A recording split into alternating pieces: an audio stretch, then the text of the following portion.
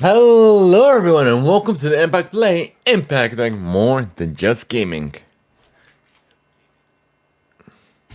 I'm your show host, Muhammad, otherwise known as It's Yagoo, and we are your one-stop news shop for the latest and greatest across gaming, tech, entertainment, sports, and music. Plus, we are also amplifying voices from those respective fields and having those stories told.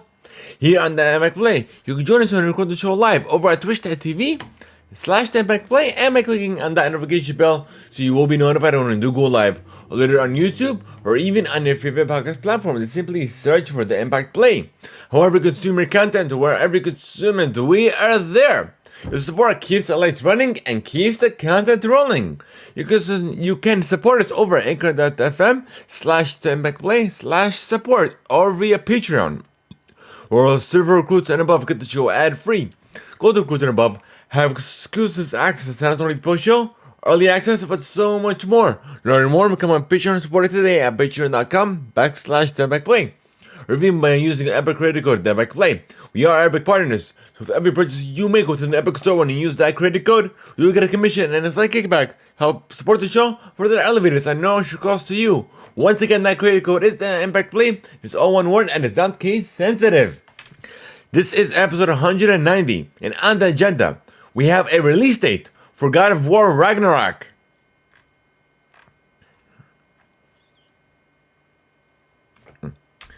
More details on Ubisoft's Skull and Bones have been revealed. E3 is returning. Nintendo revealed some new hardware. NBA 2K23 cover athletes. Meta's next VR headset. The FCC is taking on robocallers. Reddit is getting into the NFT space. Another Stranger Things project. Netflix introduces spatial audio. The 2022 WNBA All-Star Weekend is here. The New York Mets officially retires Keith Hernandez's number 17. Breno Stewart's first signature shoe has been unveiled. Shawn Mendes postpones his world tour. The Weeknd postpones his hometown show. New and upcoming music from Charlie Puth, Burna Boy, Ed Sheeran, J Balvin, and more. Plus the top stories of the week. This episode of the Impact Play is sponsored by Audible. However, me and the team will tell you all about that later.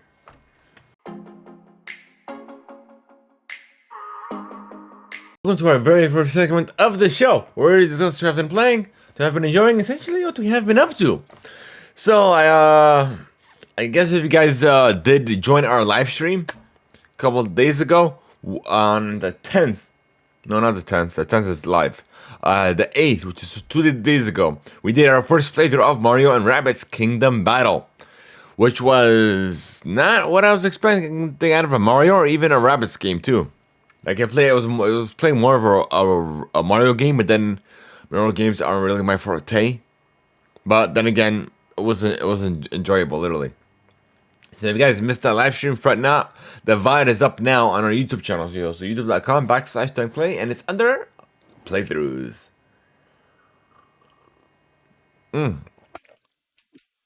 Alrighty.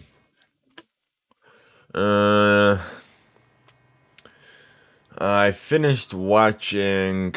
I'm up to date with Miss Marvel. I gotta watch the Umbrella Academy, which we'll definitely do a spoiler cast for. Stranger Things Season 4, I'm on that as well. Man, I'm enjoying this one though. I'm enjoying this a lot more than Season 3 though. What else? What I've been up to gaming wise? Genshin Impact, literally. I'm on and off it, but I'm not away from it for far too long though. Yeah, that's about it. So I guess we're gonna hop into the news, folks, and we're gonna start with some housekeeping for you.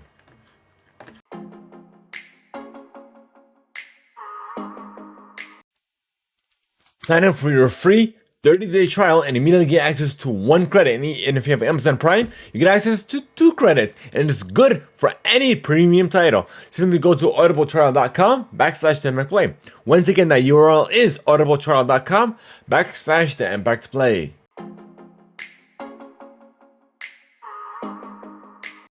So like I said previously, if you guys missed our first ever my first ever playthrough of Mario and Rabbids Kingdom Battle, the VOD is up on our YouTube channel.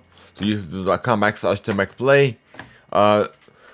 And then we've been uploading a lot of bite-sized clips from our live streams, from the podcast, from our co-streams, and more.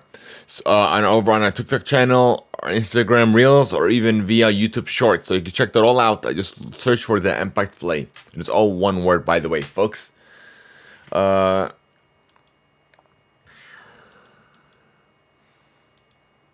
are you? Oh, here it is. Just about that. So we do have a spoiler cast for episode 5 of Miss Marvel, Time and Again. So if you guys are really into the show, really enjoying it, then you'll definitely enjoy our spoiler cast. And speaking of our YouTube channel, we uploaded a whole bunch of reacts over on that side as well. So reacting to all the trailers from the Skull and Bones announcement. We have official trailers, unboxings, and reveals that we have all reacted to. So you can check that out, all that content and more over on the YouTube side of things. So we're done with our housekeeping, folks. Now we're going to move on to your gaming play. And of course, the first is coming up from Ubisoft directly. In regards to the Ubisoft forward, the Skull and Bones showcase. Alright, I guess a little bit of a reveal. Let's see. So, Ubisoft Forward is back. This time with 2 events showcasing never before seen news, gameplay reveals, and more. Happening on July 7th, which we'll talk about.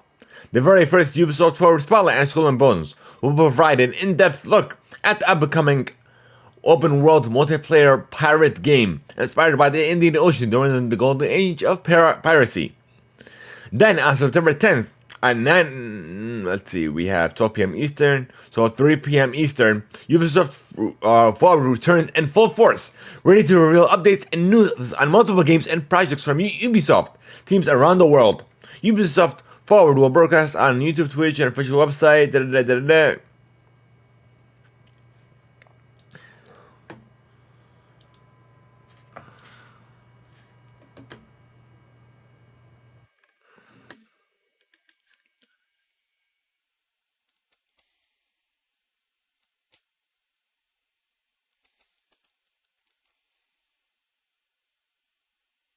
So, Skull and Bones is set to launch November 8th on Xbox Series X, S, PlayStation 5, Windows PC to the Epic Games Store and the Ubisoft Store, Google Stadia, and Amazon Luna. Set in the Indian Ocean at the end of the 17th century, during the golden age of piracy. Skull and Bones invites players to forge their own destiny and live their ultimate pirate fantasy. If they have what it takes to survive in an open world spanning the African coast to the islands of the East Indies, Skull and Bones challenges players with rough seas, deadly wildfire, and of course, enemy ships. Players will start with naught but their wits and Racket's little sailboat. As they gather resources, they'll unlock blueprints that will let them craft new and bigger ships, upgrade their weapons, and tools, all of which are essential for growing their reputations and expanding their pirate possibilities. To further build their fleet and gain access to even more resources and upgrades, players must grow their infamy by completing contracts from vendors, local factions, and kingpins throughout the world. Players can also identify new opportunities by exploring the seas with captain tools such as spyglasses, which can spot trade routes and wealthy merchant ships or scope out enemy weaknesses for the best plan of action. Naval combat is a core feature of Skull and Bones, and you'll be able to customize your approach depending on your preferred playstyle.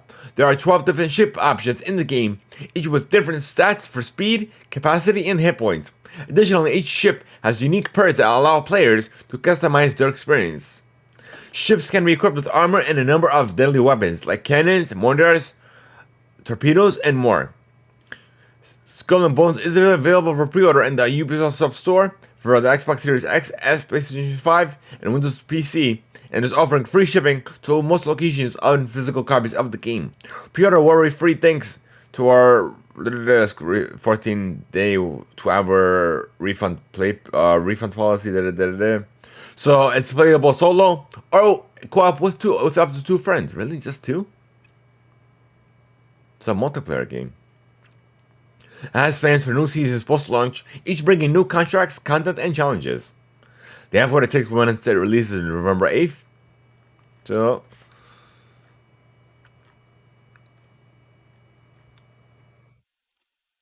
and speaking of Ubisoft, we'll get, there has been a reveal trailer for the upcoming mobile title, Tom Clancy's The Division Resurgence.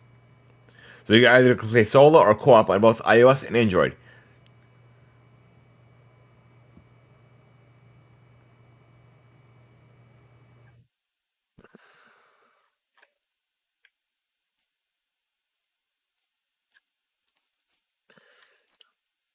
It's, speaking of Ubisoft, Ubisoft is shutting down multiplayer for older titles, coming from over from The Verge. So the full roundup, let me see if we have it here. I know we have it in this thingy somewhere. So we have Assassin's Creed Brotherhood, Revelations, Assassin's Creed 3, Creed 2. It's literally just the online elements, the multiplayer aspects of things.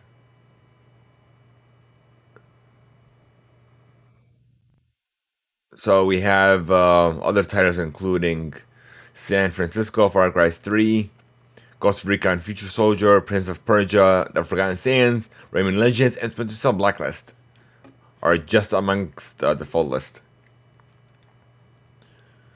And The Division 2 will get a year 5 coming over from Eurogamer. Tom Clancy's Division 2 will receive further updates as part of our planned year 5 for the game, Ubisoft has confirmed. This follows a return of new features over the past year and 2 more previously announced seasons due to the course of 2022. Season 10 is due late in August, will feature a new manhunt, fresh gear events, additional countdown difficulties, new legendary difficult strongholds, and other quality of life improvements. Season 11 is due in early December, will add another new manhunt, a whole other fresh game mode, plus more gear and quality of life improvements. And looking to 2023, Ubisoft says it plans to continue to marshal the forces of veterans at main the division's developer Massive, plus team at Ubisoft, Bucharest, Toronto, and Shanghai for the game's year 5. But there's no further details as of the moment. So God of War finally has a release date for November 9th. In addition to a CG trailer, as well as a box opening, which we have details on as well. So if you guys are interested in checking out the trailers, be sure to check out our reacts to those as well. But nonetheless, so we're getting a brand new collector's edition and even a premiere, how do you pronounce this again? Ragnarok collector's edition that will be available to pre-order soon.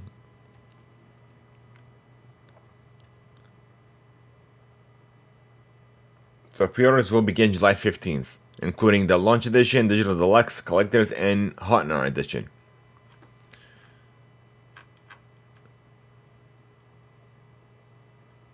So let me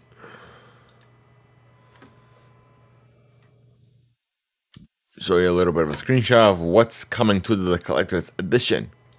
So for all your audio listeners, you are definitely missing out if you aren't coming later to check out the VOD. So of course we're getting downloadable content. Apparently, the only 2 strikes that I have with these 2 editions, the Collector's Edition and the Honor Edition, like I talked about it on the Reacts, the Steelbook. Apparently it has a Steelbook in both editions, right? I don't know why is there no physical copy then?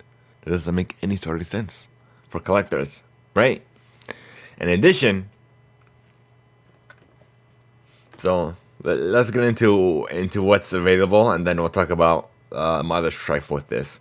So we have the 2 in veneer twins carvings, the Darwin dice set, a 16-inch Monier replica, Downloadable content includes the Dark Dale Armor, Dark Dale Axe Grip, Dark Dale Blades Handles. We have the Attire Cosmetics, the full game for the PS4 and PS5 digital code, Avatar Set, Dark Horse digital mini artwork, official God of War Ragnarok digital soundtrack, and the second stripe that I have is this theme. Apparently, you're only getting a PlayStation 4 theme. Okay, so the game, you're not getting a physical copy of the game, but it's available for the PlayStation 4 and PlayStation 5. But the theme's only available for the PlayStation 4. Like, that doesn't make any sense at all. Why not just have a PlayStation 5 theme as well? If people are going out to spend their money, but are you giving them the theme for an older console that they might not even have 9 times out of 10? Or even want to play it on? And then the other try I didn't make was apparently it's supposed to be a current gen game, but it's not. It's being available for last gen.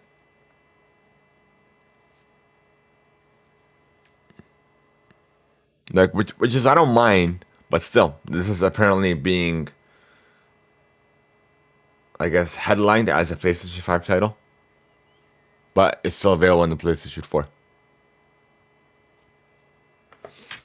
It is what it is. Okay. Now let's see what else we got.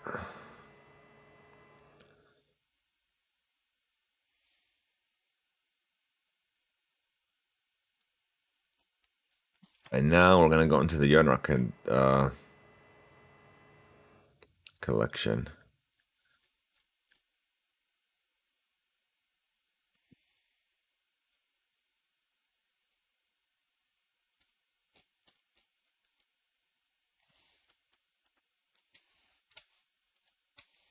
That's not it. That's the launch edition.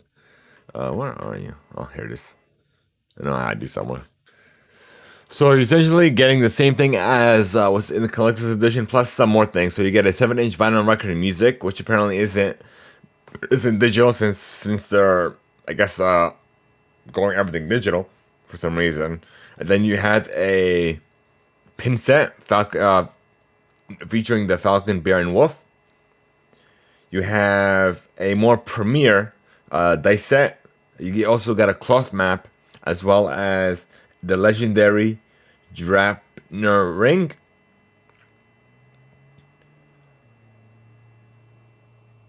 And I think that's it. That's about it.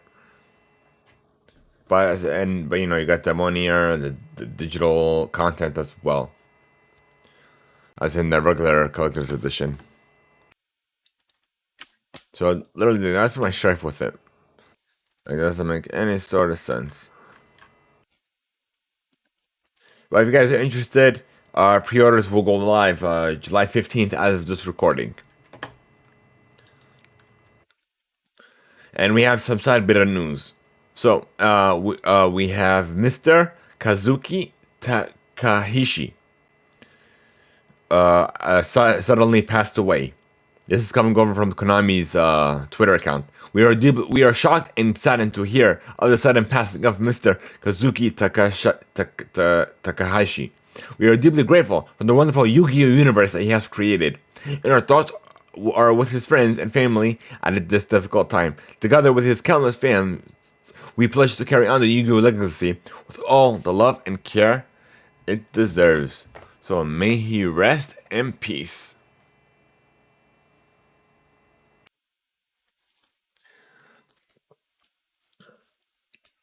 Thank you for everything he's given us. So E3 is set to return in LA in 2023 after a 3-year hiatus coming over from Variety. It's getting back on for E3. After a 3-year absence, E3 historically the game's industry biggest confab is scheduled to return to the Los Angeles Convention Center the second week of June 2023. And the ESA, the trade group that runs the convention, also announced a partnership to produce E3 2023 with ReedPop, the event production company behind events such as PAX, New York Comic Con, Star Wars Celebration, and others. After the convention in 2020 was cancelled because of COVID, ESA held an all-virtual E3 2021, and this year's convention was cancelled altogether. So it looks like it might be back. We'll see how they come back and what way they come back. We'll just have to wait and see on that. So apparently it's in June because with Jeff Keighley's Summer Games Fest, he's doing such a tremendous job with that. So hopefully I'm planning on hopefully attending the Summer Games Fest for next year, as well as E3. We'll see at what form it comes, what form it comes in. So we just have to wait and see. If you guys are interested in how many us get there, you can support us over at by literally every little bit, by following us on Twitch, joining us when we go live, which will help us unlock subs. You can by becoming a Patreon supporter at patreon.com/TheImpactPlay, or even via anchor.fm/TheImpactPlay/support. So you have a tremendous amount of ways to support us. Help us bring you a slew of content. Alright, let's keep moving on, folks. So we have Nintendo has revealed some new hardware. It has revealed details on the first special edition Nintendo Switch OLED, themed around Splatoon 3. So it announced it via a YouTube video, which we did a react to as well. So it has a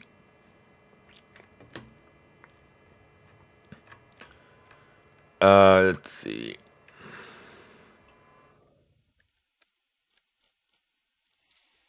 Let me see something.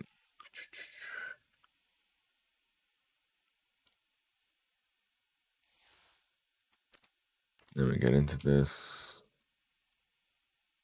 That works.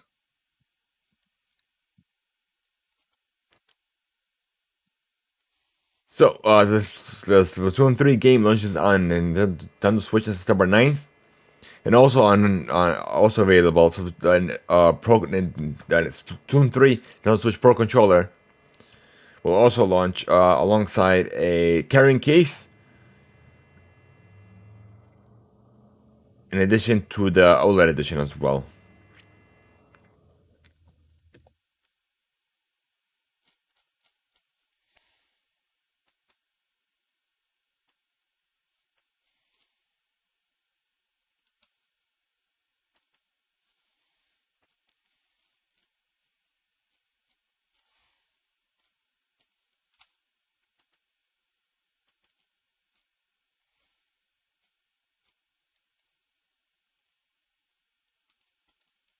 All right. So moving on.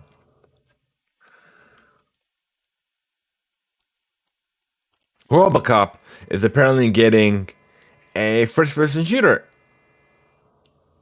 dubbed Rogue City. Wait, what's it called again? Yeah, Robocop Rogue City. We have a reveal trailer. It showed its first gameplay, and the lead character Alex Murphy with the full likeliness of the original actor Peter Weller. The game is now scheduled to arrive in June 2023.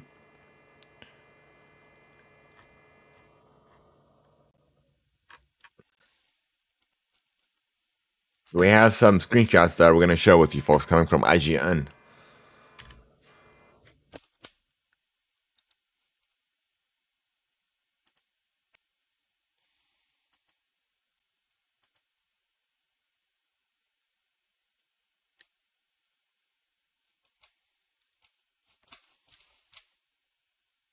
Okay, so apparently I can close a little window there, but we can still see the screenshots.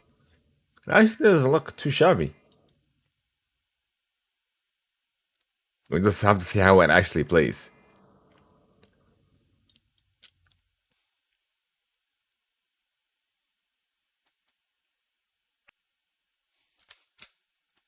Oh, okay, that worked. I got rid of that. So we did that. Yeah, that's literally all the screenshots we have for you, folks.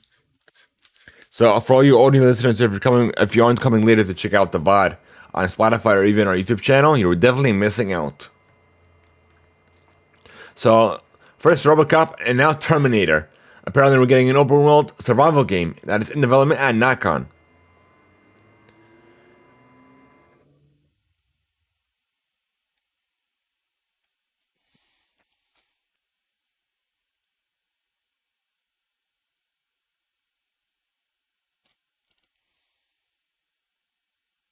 So that's literally all we have. Once we have some more details, we'll definitely update you guys on that as well. So now we have what's this? The Amico Vision. So coming from GamesIndustry.biz, Intellivision has assured that work on its up and coming but oft delayed Amico console is still underway, following confusion caused when the trademark seemed to have dropped. Video Games Chronicle reported on Monday that the trademark for the Intellivision Amico was listed as abandoned on June 20th due to quote-unquote a television's failure to file a statement of use with the U.S. Patent and Trademark Office. At the time, it was speculated that the Amico Vision had given up on both the trademark and the console itself. But CEO Phil Adam has since told IGN this is not the case. Adam told the site Activision is still currently working on the console. He attributed to the trademark confusion to the USPTO, which he said is usually pretty slow in updating. IGN confirmed the trademark is once again listed as live with the following date updated on June 30th, 2022.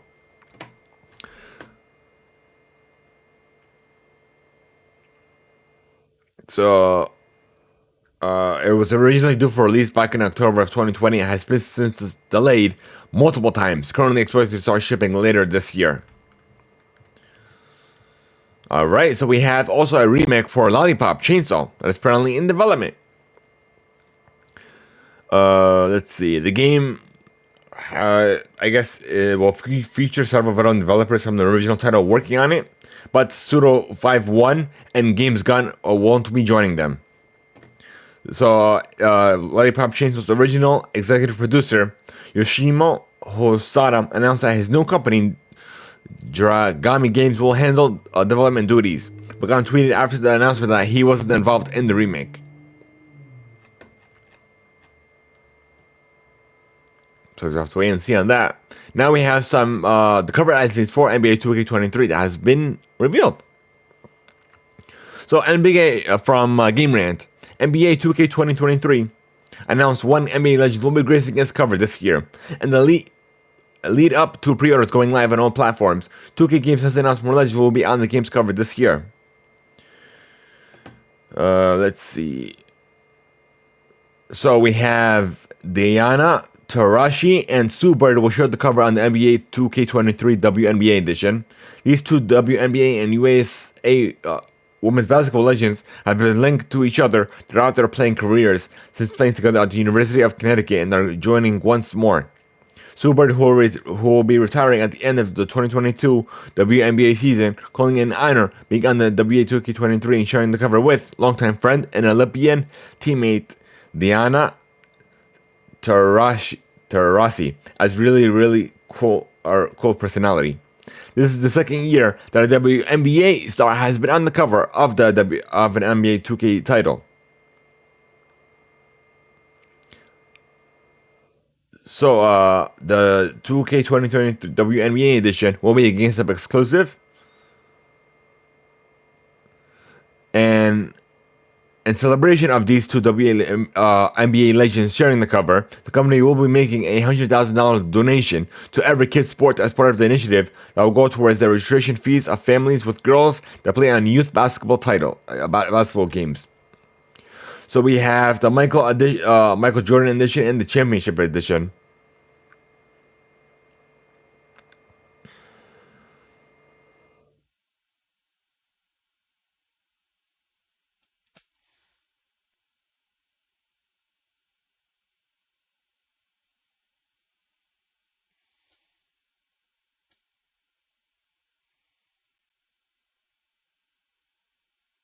And that's all we got for you folks.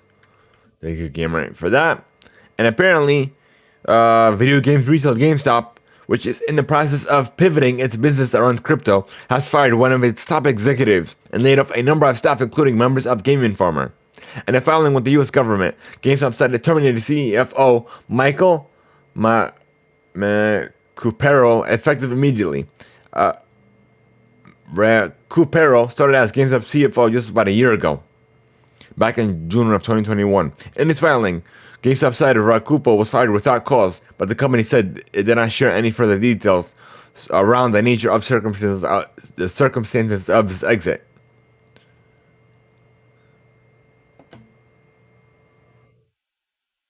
Um,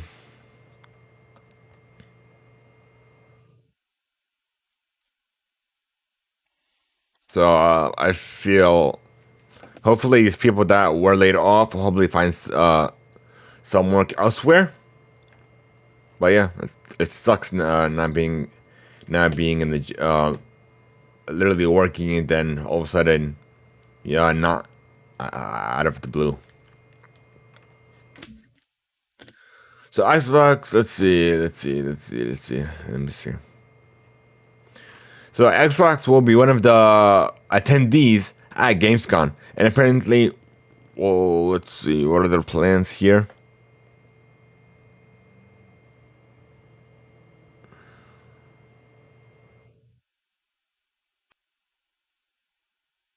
Okay, so we have, let's see here.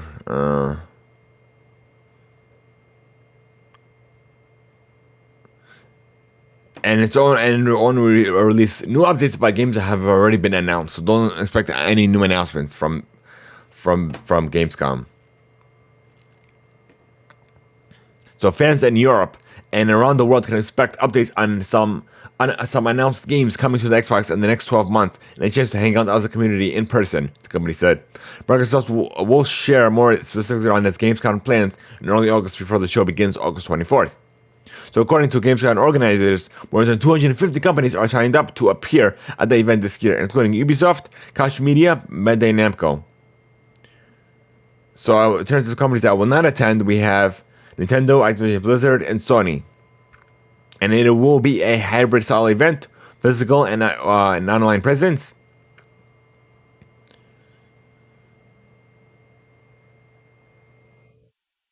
And then Jeff Keighley will I guess live stream the opening night live to begin Gamescom. Okay, so apparently we're getting a Fortnite and Dragon Ball Z crossover.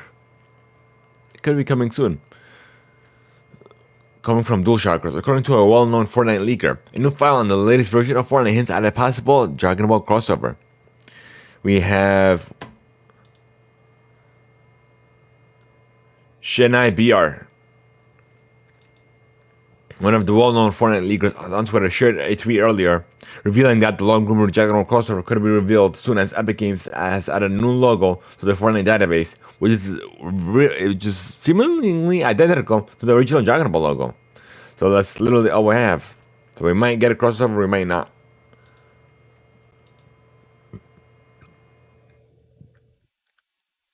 So, Blizzard Entertainment is officially ending new content development for its MOBA Heroes of the Storm and will instead focus solely on keeping the game running smoothly with seasonal roles, hero rotations, bug fixes, balance updates, and more.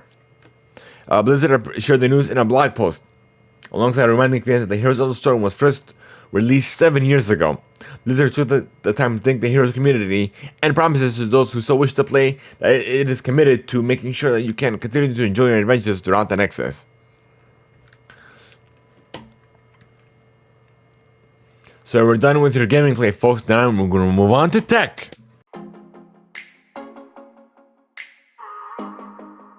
So we have a bit of a comparison comparing Samsung Wallet to Google Wallet. So coming from Android Central. So Google Wallet is the rebrand of the popular Google Pay app with the same NFC payments, transit cards, loyalty cards, and other wallet replacing tools as before. However, it also promises new features like driver's license storage and digital car keys. Samsung Wallet Pay also rebranded itself as Samsung Pay rebranded itself as Samsung Wallet and quickly promises to add almost all of the same features as Google Wallet with some unique perks like blockchain tracking.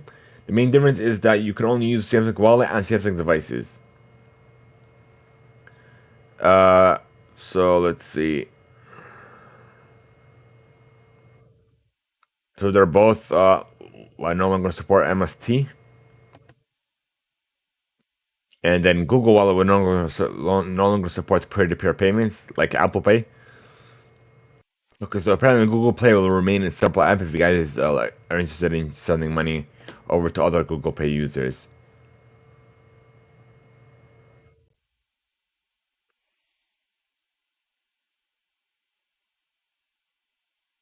Oh, I knew it. Samsung used to have magnetic secure transmission, or MST, on its Galaxy devices. So the Galaxy S21 and S22 it doesn't support it. That's why I wasn't able to use it. I'm like, what the heck? Why? It was an amazing feature.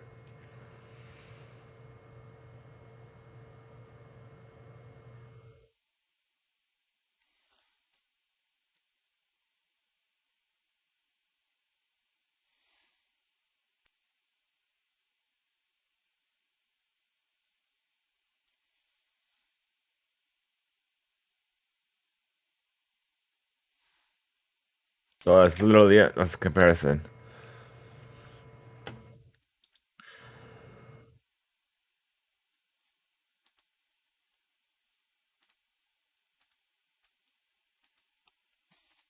So we have a Samsung Unpacked that is apparently happening sometime next month.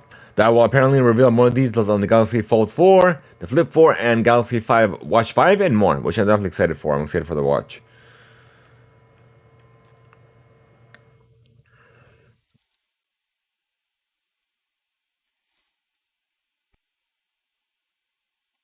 We just have to wait and see on that.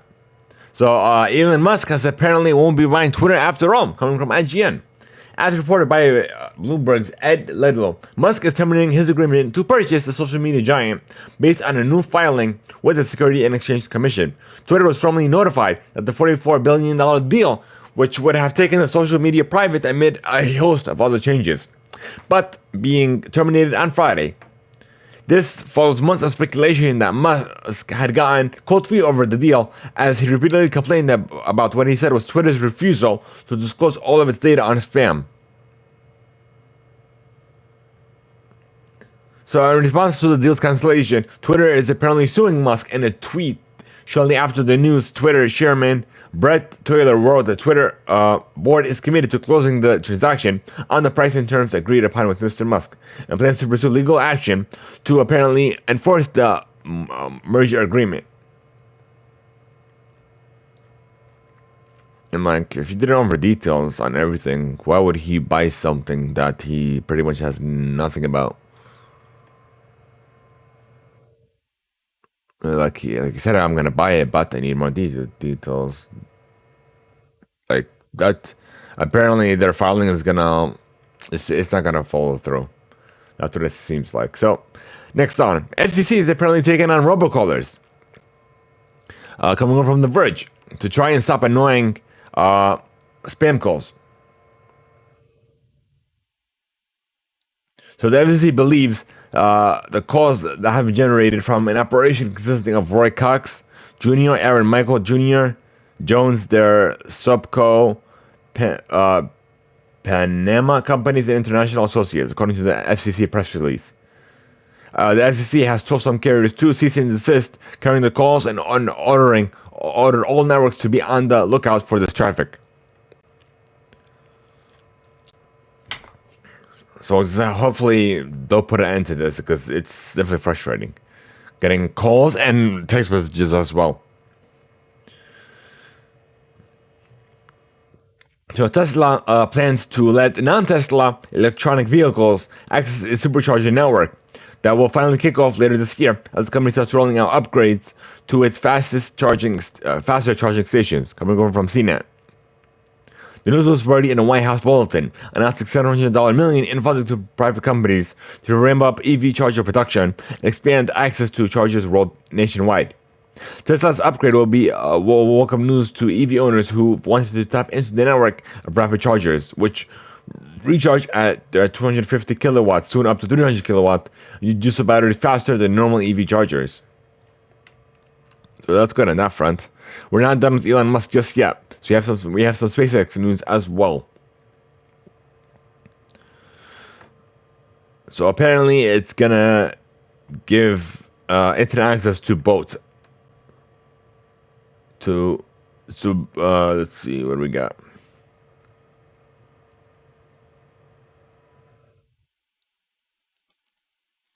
Okay, so we have another article coming from CNET. Reddit is apparently selling avatars backed by the blockchain, and you could take them off Reddit if you so choose.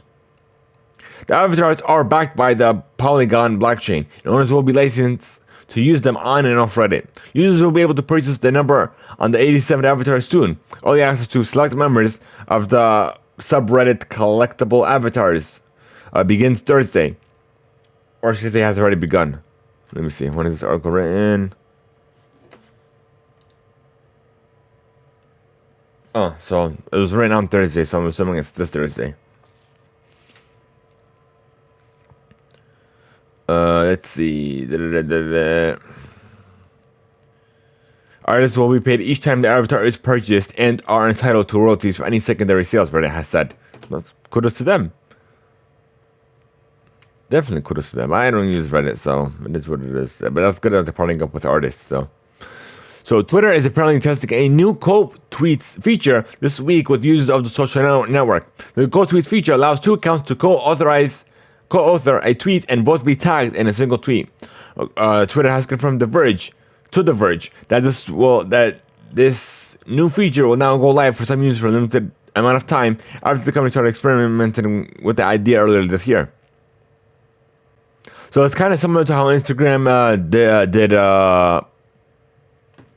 did that feature as well, where you could post something, but apparently have another creator tagged in that as well, so and it'll show up on both of their feeds. So that's kudos to them. But I'm definitely excited. Hopefully I have access to this and I'll be able to try it out.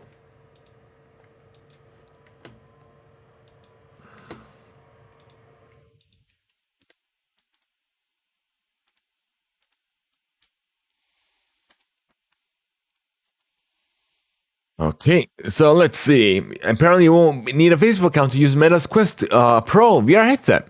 Coming over from Gizmodo. So Meta has said it has released its mysterious high-end virtual reality headset sometime this year.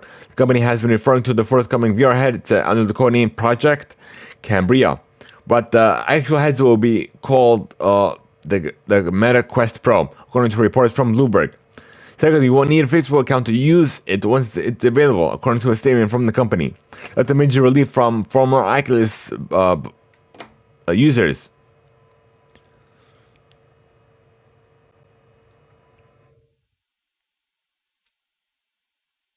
So another step to so Meta will the company will introduce a quote unquote Meta accounts next month.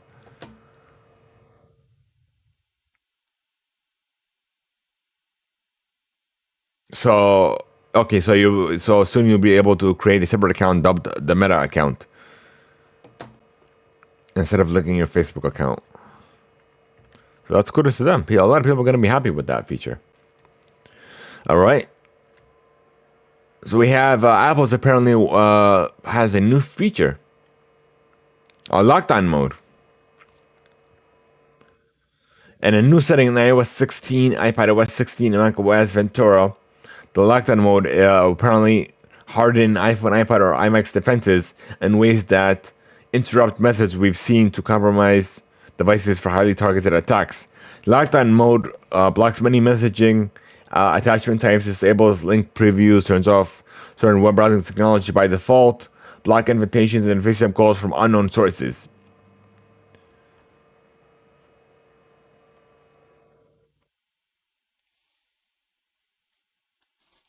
Alright. So it looks like we're done with your tech play, folks. Now we're gonna move on to entertainment.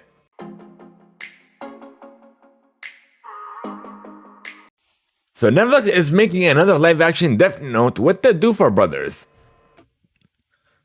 So apparently, the Duffer Brothers did start a new production company dubbed Upside Down Pictures, which will help create more film and television projects with Netflix.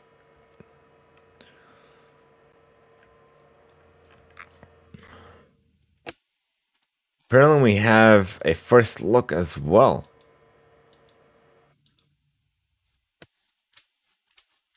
Let's see. Oh, there we are, folks. Hold on, give me a second. No! What I wanted. Ugh. It is what it is, though. There we are, folks.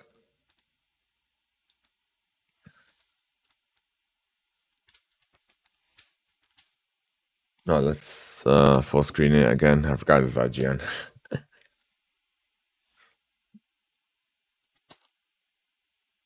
I feel like we had a Death Note live thing before.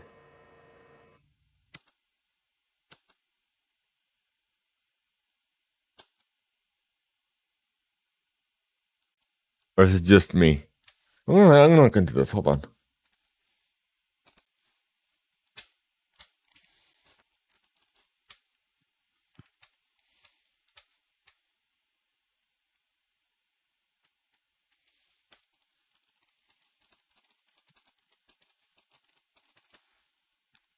Yeah, we had a film back in 2006. Let me see. Let me see. No, I don't think this is it. Hold on. Let me see. I know there was a film in 2006, but it looks like... Okay, here it is. They're making another live action. So there is a live action Death Note already. 2017.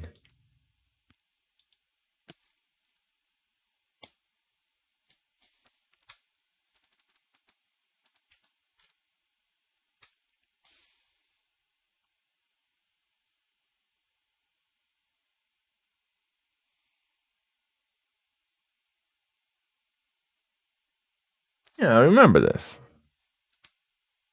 Super weird. So they're apparently giving it another attempt. That's what it seems like. So we have an exclusive coming over from Hollywood Reporter.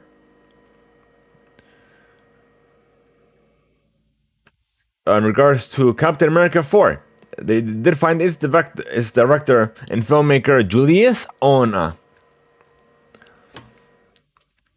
Anthony Mackie will be starring in the feature, reprising his long-time Marvel character Sam Wilson.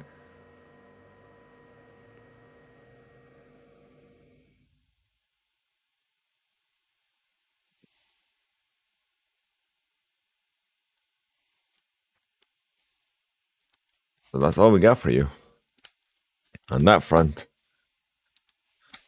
Let's see. We have some side bit of news. Tony Sarico, the actor best known for playing Paulie Walnuts in The Sopranos, has died at the age of 79.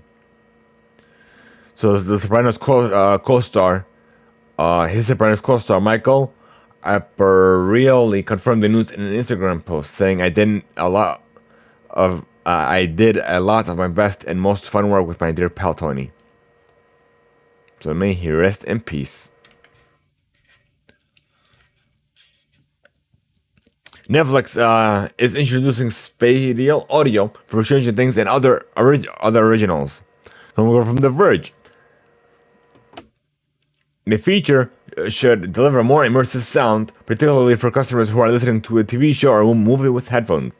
Netflix has collaborated with Sennheiser to convert surround sound mixes into an expansive spatial audio presentation that can be played through stereo headphones or speakers.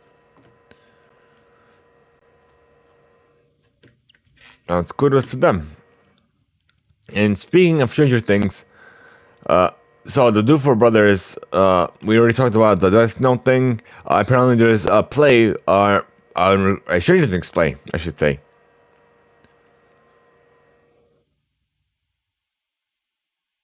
That will be directed by Billy Elliot.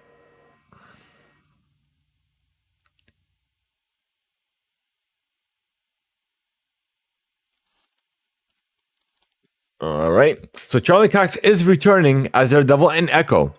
Coming over from GameSpot.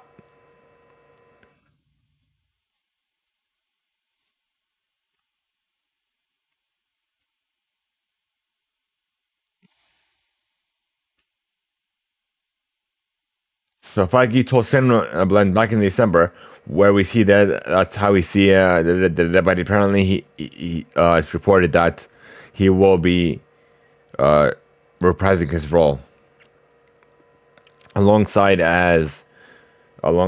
Vincent D'Onofrio, that reprising his role as Wilson Fisk, the Kingpin.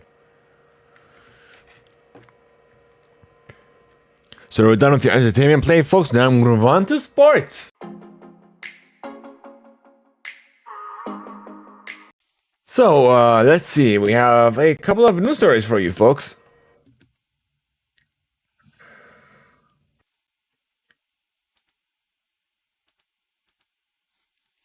We are less than a week away from deadline for franchise tag players to reach a long-term deal with their respective clubs. If there is no deal by 1 p.m. Eastern on Friday, July 15th, the two sides will no longer be able to negotiate. The players will play the 2020 season under the tag.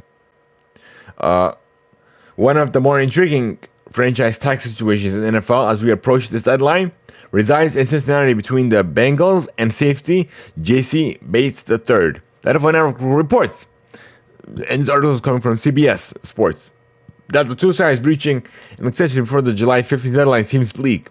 If that does not come to fruition, the reports also note that it could result in Bates not attending the start of the Bengals training camp on July 26th. Bates has yet to sign his franchise tag that would pay him $12.9 million in 2022 fully guaranteed. While that's a significant raise from the $2.43 million he earned in 2021, but it's still not up to the par for the going rate of today's elite safeties. We have another one coming over from CBS Sports as well. So the New York Mets officially retire number 17 for a long-time first baseman Kate Hernandez. In honor of the first baseman, the gesture was long overdue. Hernandez was the first captain in Met history, and he played his final big league game back in 1990, the year I was born, and was said to be a priority for the new owner, Steve Cohen. So at last, finally retiring his number.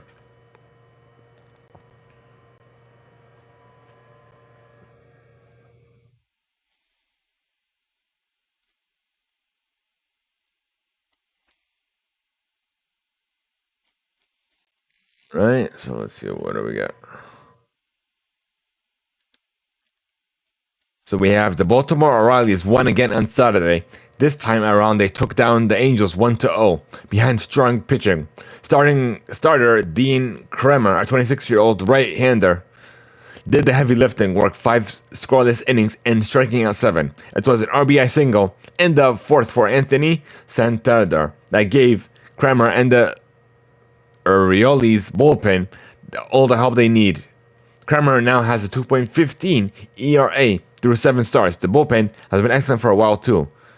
Let's see. So it's literally just a feat that he achieved, winning 7 in a row. 7 games in a row, I should say.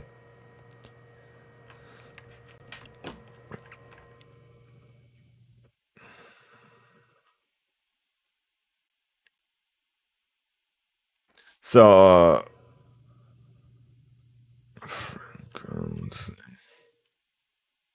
Wander Franco has been placed on the injured list. So he's looking at 6 to 8 weeks of recovery for a broken hamate, which is one of the carpal bones in his wrist. So may he have a safe recovery. So we have a first Puma signature shoe revealed, and coming from Brianna Stewart, coming from Soul Collector. So the deal started back in 2021, and now it's coming into fruition at I guess second half of 2022. It doesn't look too shabby though. Hopefully they come out with more colorways, and I might actually cop it. If it's not like a woman's only shoe. So congratulations. Congratulations is in order for Brianna Stewart. Okay. Now we're gonna get into the WNBA All-Star Weekend. That is live. Well, actually, the NBA All-Star Game is live now. as we speak. It's at 1 p.m.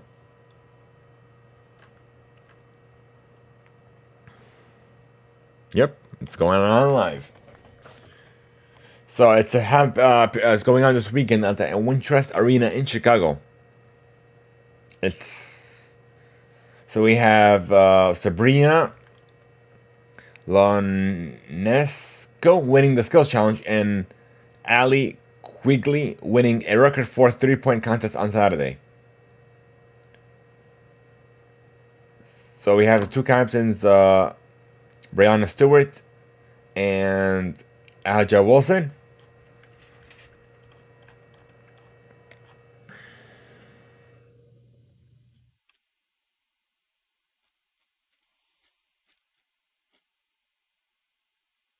So apparently there are special rules for the All-Star game. There will be two 4-point shot areas on each side of the court, 28 feet from the basket, and any shot made from those areas will be worth 4 points. We have during regular season playoff games, the WNBA used a 24-second shot clock that has been shortened to 20 seconds for the All-Star game. It'll reset to 14 seconds after any offensive rebound. And then in any instances where a player is fouled would shoot free throws, they will simply be given the point instead. For example, if a player is fouled shooting a 3-pointer, they will not shoot any free throws and will be instead be credited with 3 points. The only exception is the final 2 minutes of the fourth quarter, and overtime is necessary. Okay, so good luck to the women that are playing in the All-Star game.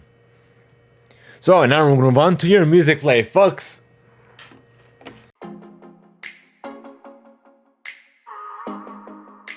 We have Post Malone that is holding his 12-carat toothache concert in VR next week, coming over from Road to VR. Med is kicking off a summer-long series of VR concerts and community activities called Horizon Black Party next week. Headlining the event is 9-time Grammy-nominated artist Post Malone, who's holding a pre-recorded virtual concert on July 15th. It'll feature tracks from his latest studio album, 12 Karat Toothache. It's slated to last 40 minutes and also feature the Kid Laroi, Fleet Foxes, and Roddy Ricch during the event. The event will be held in both venues in Horizon World and will loop 3 times on July 15th, starting at... Let me see.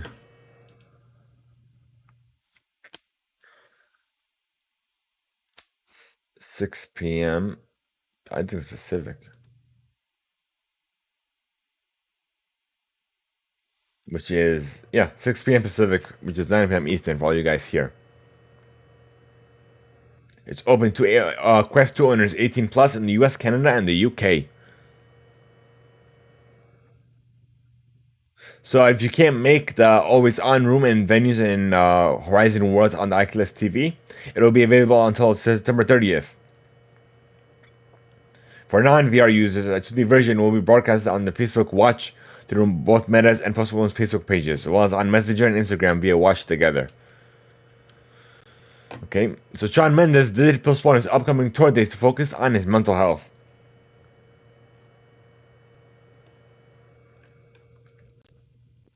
On the weekend, he postponed his Homeland show after a nationwide wireless outage. And Lloyd Banks revealed his full track list for his upcoming album.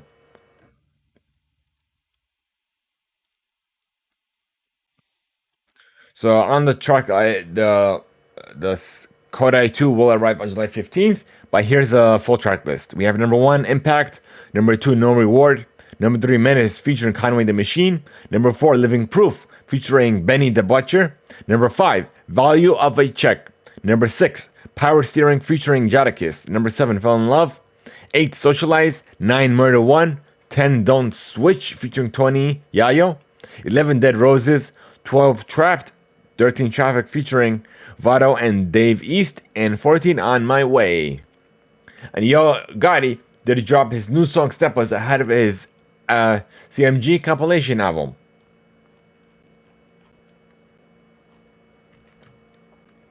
And we have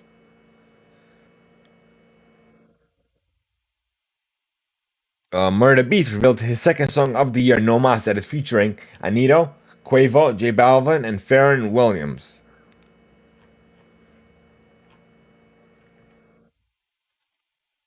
We have Charlie Puth that revealed his release date for his upcoming album.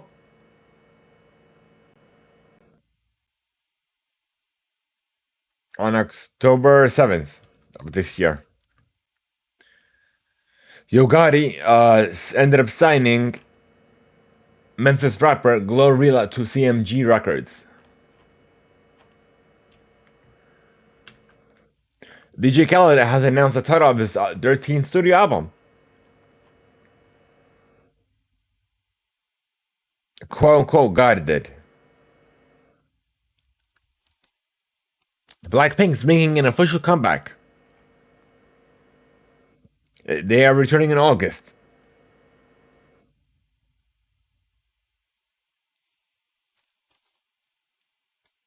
Cardi B and Megan Thee Stallion reunited at the Wireless Festival in London.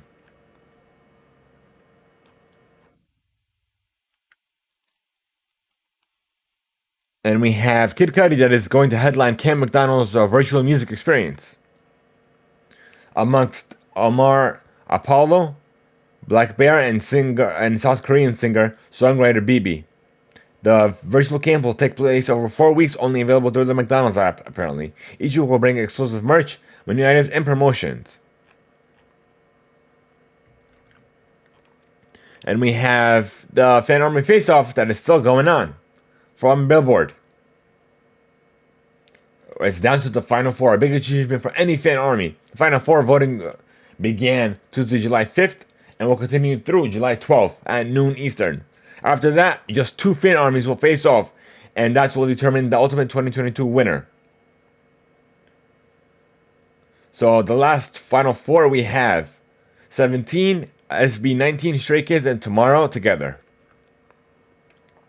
Who will remain victorious?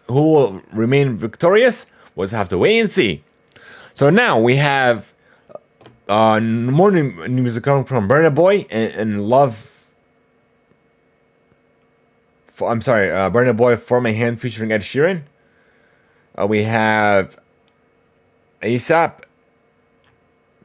that revealed their second mini album. We have Brent Faiyaz in Wasteland. In 1975 in the part of the band, and Teeny, Becky G, and Anita in La Lota. And now the top 5 of Billboard's Hot 100 list. We have As It Was by Harry Styles.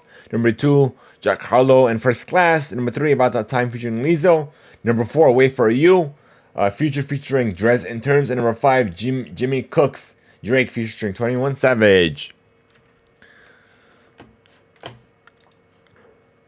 So looks like that's all we have for you folks. If you guys interested in sending us free mail, here's how you can contact us.